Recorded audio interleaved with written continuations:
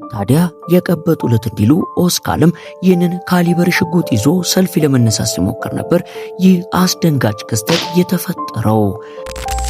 ሰላም ውድ የሉሲ ቲፕስ ቤተሰቦች፣ እነሆ ለዛሬም ፍጹም የተለየ ፎቶን ለመነሳት ሲጣጣሩ የመጨረሻ ፍጻሜያቸውን ያደረጉ አሳዛኝ ሰዎችን ታሪክ ልናስቃኛችሁ ነውና አብራችሁን ቆዩ።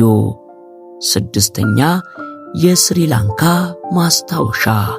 የስሪላንካ የባቡር ጉዞዎች በተፈጥሮ ውበታቸው በዓለም የታወቁ በመሆናቸው ብዙ ቱሪስቶች ከባቡሩ በር ላይ ዘንበል ብለው ፎቶ መነሳትን እንደ ትልቅ ልማድ የስሪላንካ ማስታወሻ ተደርጎ የሚቆጠር ሲሆን የ53 ዓመቷ ሩሲያዊት ኦልጋ ፐርማኖቫም ይህንኑ ለማድረግ ትሞክራለች። ኦልጋም ወደ ባቡሩ በመግባት ከባቡሩ የእግር መርገጫ ላይ ሆና ግማሽ ሰውነቷን ወደ ውጪ ዘንበል በማድረግ ፎቶ ለመነሳት ሙከራዋን እንደጀመረች ጭንቅላቷ በሐዲዱ አጠገብ ከነበረ አንድ ትልቅ ድንጋይ ጋር በመጋጨት በኃይል ተመታ ከባቡሩ ላይ ትወድቃለች።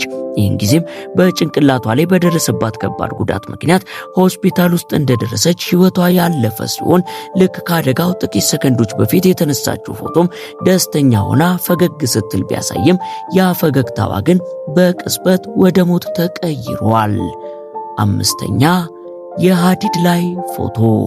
ወደ ሩሲያ ሴንት ፒተርስበርግ ስንጓዝ ደግሞ ሌላ ልብ ሰባሪ ታሪክ የምናገኝ ሲሆን ዜኒያ ኢግናትቫ የተባለች የ17 ዓመት ወጣት በፎቶግራፍ ጥበብ ፍቅር የተነደፈችና አዳዲስ ነገሮችን መሞከር የምትወድ ልጅ ስትሆን በአንድ አጋጣሚም ጓደኞቿን የሚያስደንቅ ፎቶግራፍ ለማንሳት ፈልጋ በአንድ የባቡር ሐዲድ ድልድይ ላይ ለመውጣትና ፎቶ ለማንሳት ትወስናለች።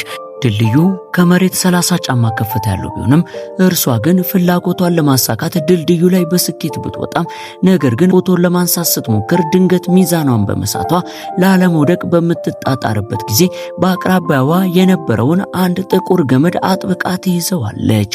ሆኖም ይህ ገመድ ተራ ገመድ ሳይሆን 1500 ቮልት የኤሌክትሪክ ኃይል የሚሸከም የኤሌክትሪክ መስመር በመሆኑ ዜኒያ ገመዱን በነካችበት ቅጽበት በሰውነቷ ላይ በተፈጠረው ከፍተኛ የኤሌክትሪክ ኃይል ወዲያውኑ ሕይወቷ ያለፈ ሲሆን ሰውነቷም ከድልድዩ ላይ ተፈንጥሮ መሬት ላይ ወድቋል።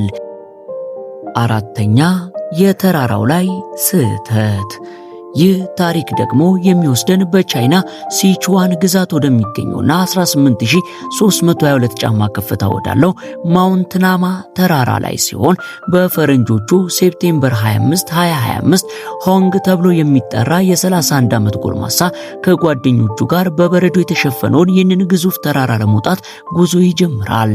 ሆንግ ይህን ተራራ ሲወጣ ለመጀመሪያ ጊዜው ስለነበር ተራራውን ድል ማድረጉን የሚያሳይ አስገራሚ ፎቶግራፍ ለማንሳት ጽኑ ፍላጎት የነበረው ቢሆንም ይህ ፎቶ ለመነሳት የነበረው ጉጉት ግን ወደማይመለስ እውነት ያመራው ሲሆን ቡድኑ ወደ ተራራው ጫፍ እየተቃረበ ሲመጣ መንገዱ እጅግ ዳገታማና በበረዶ የተሸፈነ በመሆኑ የደህንነት ገመዶችና የበረዶ መጥረቢያዎች የግድ አስፈላጊ በመሆናቸው እነርሱን እየተጠቀሙ ይህን በረዷማ ተራራ ይታገሉት ጀመር። እነዚህ መሳሪያዎችም በተራራው ላይ የሚከሰትን ድንገተኛ አደጋ ወይንም መንሸራተትን የሚታደጉ የህይወት ገመዶች ቢሆኑም ሆንግ ግን ለፎቶግራፍ አመች እንዲሆንለትና የተሻለ የፎቶ አነሳስ ለመያዝ እንዲችል በሚል ከደህንነት ገመዱ ጋር ተሳስሮ የነበረውን መቆለፊያ ይፈታዋል። ታዲያ ይህን ጊዜም የቀበጡለት ነውና ነገሩ ልክ መቆለፊያውን እንደፈታና ለፎቶ መዘጋጀት እንደጀመረ ሚዛኑን በማጣቱና በመንሸራተቱ ምክንያት ወዲያውኑ ከ650 ጫማ በላይ ካለው ከፍታ ላይ ቁልቁል በከፍተኛ ፍጥነት እየተንሸራተተ ሄዶ ገደል ውስጥ ይገባል። በመቶዎች የሚቆጠሩ ሜትሮችን እየተንሸራተተ ሲሄድ አብረውት የነበሩት ጓደኞቹ በድንጋጤ ቢጮም ይህን ለአንድ ፎቶ ብሎ የተሰዋውን ጓደኛቸውን ግን ሊረዱት አልቻሉም ነበር። ታዲያ ቆይቶ በተደረገ ፍለጋ ማስክሬኑ የተገኘ ሲሆን በምርመራውም ሂደት ሆንግና ጓደኞቹ ተራራውን ለመውጣት የሚያስችል ፈቃድ እንዳልነበራቸውና በቂ የደህንነት መረጃ እንዳልነበራቸው የተረጋገጠ ሲሆን ይህ ታሪክ አንዳንድ ሰዎች ለአንድ ፎቶግራፍ ሲሉ እስከ ምን ድረስ እንደሚደርሱ የሚያሳይ ነው። ሶስተኛ የመጨረሻው ደስታ። በኤፕሪል 2014 ዓ.ም ኮርኒት ሳንፎርድ የተባለች የ32 ዓመት ሴት በሰሜን ካሮላይና ሃይዌይ ላይ እየነዳች ሳለ ነበር በራዲዮ ላይ የታዋቂውን የፋረል ዊሊያምስ ሃፒ የሚለውን ዘፈን በማዳመጥ ላይ ሳለች ዘፈኑ የፈጠረባትን ደስታ ለጓደኞቿ ለማጋራት መኪና እየነዳች በነበረችበት ወቅት ስልኳን አውጥታ ሰልፊ በመነሳት ይህ ዘፈን በጣም ያስደስተኛል የሚል ጽሑፍ በፌስቡክ ገጿ ላይ ትለጥፋለች። ይህንን ጽሑፍ በለጠፈች በሰከንዶች ውስጥ ግን መኪናዋ መስመሩን ስቶ ከፊት ለፊት ከሚመጣ ትልቅ የጭነት መኪና ጋር የተጋጨ ሲሆን ኮርቲንም በዚያች ቅጽበት ሕይወቷ ሊያልፍ ችሏል። ፖሊስ በቦታው ሲደርስ ስልኳ አሁንም የፌስቡክ ገጽ ላይ እንደተከፈተ የነበረ ሲሆን ልክ በለጠፈችበት ሰዓትና አደጋው በደረሰበት ሰዓት መካከል ምንም ልዩነት አልነበረም። ደስታዋን ለመግለጽ የለጠፈችው ጽሑፍ የመጨረሻዋ የሕይወት ምስክር ሆኖ የቀረ ሲሆን ይህ ክስተት መኪና እየነዱ ስልክ መጠቀም ያለውን እጅግ አደገኛ መዘዝ ትልቅ ማሳያ ሆኗል። ሁለተኛ፣ አሳዛኙ የቤተሰብ ፎቶ። ወደ ፖርቹጋል ካቦ ዳሮካ ስንሄድ የሁለት ሕፃናት ሕይወት ለዘላለም የቀየረ እጅግ አሳዛኝ ታሪክ የምናገኝ ሲሆን ይህ ቦታ በአውሮፓ እጅግ ውብ ከሆኑ የባህር ጠረፎችና ከፍ ያሉ ገደሎች አንዱ በመሆኑ ብዙ ጎብኚዎች ወደዚህ ቦታ የሚመጡ ሲሆን ፖላንዳውያን የሆኑ ባልና ሚስትም ከሁለት ትናንሽ ልጆቻቸው ጋር በመሆን እዚህ ቦታ ለመዝናናት ይመጣሉ።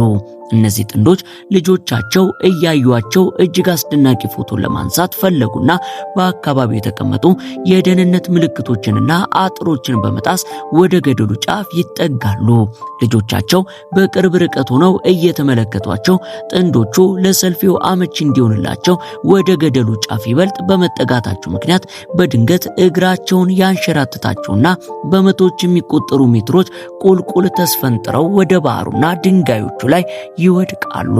የ5 እና የ6 ዓመት ዕድሜ ያላቸው ትናንሽ ልጆቻቸው ወላጆቻቸው ሲወድቁ በዓይናቸው የተመለከቱ ሲሆን እነዚህ ልጆች በባዕድ ሀገር ብቻቸውን ወላጅ አልባ ሆነው እንዲቀሩ ግድ ሆኗል።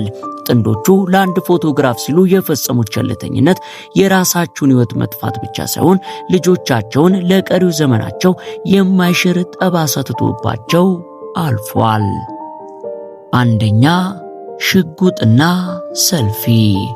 ወደ ሜክሲኮ ስናቀና በራስ መተማመንና ጀብደኛ ሆኖ ለመታየት የሚደረግ ጥረት እንዴት ወደ ሞት እንደሚያመራ የምንመለከት ሲሆን ኦስካር ኦቶ የተባለ የ21 ዓመት ወጣት በፌስቡክ ገጹ ላይ በየጊዜው ከተለያዩ መኪኖች፣ ሞተር ሳይክሎችና ቆንጆ ሴቶች ጋር ፎቶግራፍ በመለጠፍ ይታወቅ የነበረ ሰው ሲሆን ይህም ሰው በኦገስት 2014 ከጓደኞቹ ጋር በነበረበት አንድ ግብዣ ላይ ጓደኛው 45 ካሊበር ሽጉጥ ይዞ ያስተውለዋል።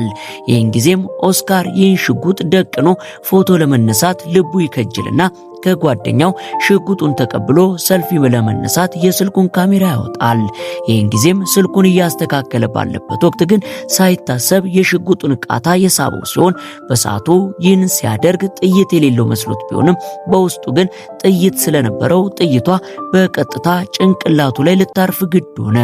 ጓደኞቹም ሆኑ ጎረቤቶች በድንጋጤ እርዳታ ቢጠሩም ወደ ሆስፒታል በመሄድ ላይ ሳለ ግን በሚያሳዝን ሁኔታ ሕይወቱ ሊያልፍ ችሏል። ኦስካር ለማህበራዊ ሚዲያ ከነበረው ከፍተኛ ፍላጎት የተነሳ የጦር መሳሪያን እንደ ቀልድ መመልከቱ ለሕይወቱ መጥፋት ምክንያት ሊሆን ችሏል። እነዚህ ታሪኮች በዓለም ዙሪያ በሰልፊ ምክንያት ከሚሞቱት በመቶዎች የሚቆጠሩ ሰዎች መካከል ጥቂቶቹ ቢሆኑም በአሁኑ ጊዜ ህንድ፣ ሩሲያና አሜሪካ ከፍተኛው የሰልፊ ሞት የሚመዘገብባቸው ሀገራት ሆነዋል።